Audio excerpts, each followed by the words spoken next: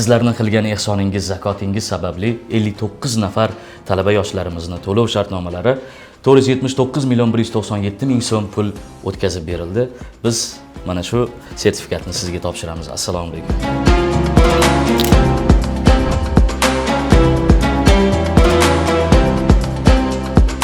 Saxovatpesha yurtdoshlarimizning yordamlari asosida Vaqf xayriya jamoat fondining yordamida, demak, 59 nafar talabalardan ba'zilari qisman va ba'zilari to'liq holatda kontrakt to'lovlarini amalga oshirishda sizlar bilan hamkorlik qildik. Inshaalloh bu qilingan xayriy ehsonlar kelajakda o'z samarasini beradi.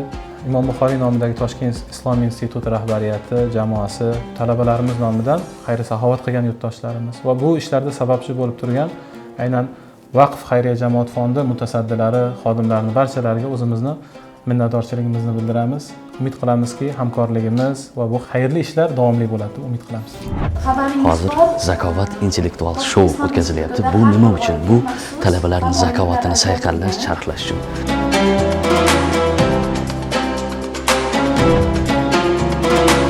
Talabalarga qilinadigan bu yaxshilik, bu albatta Allohning huzurida ham, bu oxiratda ham, dunyoda ham bu yaxshilik albatta.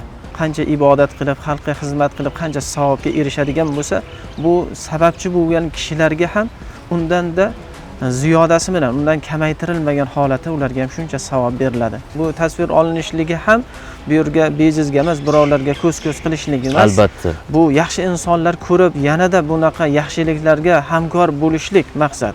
Alloh taolo Qur'oni Karimda hal jazaul ihsani illa al ihsan deb marhamat qiladi. Ya'ni ehsonning mukofoti faqatgina ehsondir. Bu ehsonni bizlarga qilayotgan homiylarimizga, yurtboshimiz boshliq shu paytgacha bizlarga saxovat ko'rsatib kelayotgan barcha mutasaddi xodimlarga chin dildan rahmatimizni, tashakkurlarimizni aytamiz.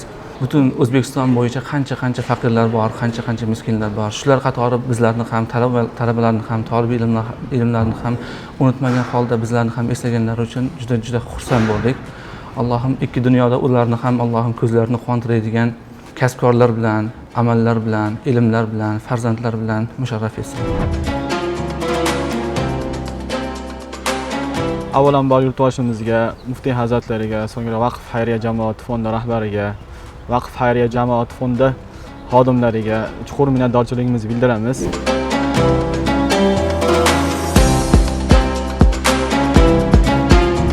Vaqf xayriya jamoat fondi poytaxtimizdagi Ko'kaldosh o'rta maxsus islom bilim yurtining 14 nafar tolibi ilmlarining yillik shartnoma to'lovlari uchun 78 million pul mablag'ini to'lab berdi.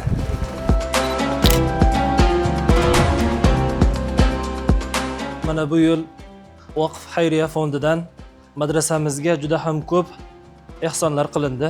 Bu ehsonga sababchi bo'lgan aziz xalqimizdan va hamda buni tashabbusida bosh bo'lib turgan O'zbekiston Respublikasi Prezidenti, muhtaram Prezidentimiz Shavkat Miromonovich Mirziyoyevga va hamda O'zbekiston Musulmonlar diniy idora raisi Muftiy Nuriddin Xoliqnazar hazratlariga o'z minnatdorchiligimizni bildiramiz. Alloh taolo ulardan o'zlari rozi bo'lsin. Qilgan ehsonlarini dargohi oliyda qabul qilsin. Vaqf xayriya jamoat fondi anchadan beri madrasamizda o'qib kelayotgan ko'plab talabalarning kontrakt to'lovlarini to'lashlikda yaqindan ko'mak berib kelishyapti. Bu ishlardan men va kursdoshlarim, ustozlarimiz barchamiz xabardormiz va mamnunmiz. Bu ishlarning bardavom bo'lishligida Alloh taolodan tashkilotning a'zolariga kuch-quvvat tilaymiz va sabr-matonat tilaymiz. Ushbu zakotlarni bergan barcha xalqimizga ham bundan-da ishlarga, oilalariga, kasbkorlarga barakotlar tilab qolamiz. Yanada xalqimizni shunday xayrli ishlarda doimo birdam va birlashib harakatda bo'lishlarini Alloh taolodan so'rab qolamiz. Ilm yo'lida tashlangan muborak qadam saxovatli xalqimizning qalbidagi iymon va mehrning yorqin ifodasidir.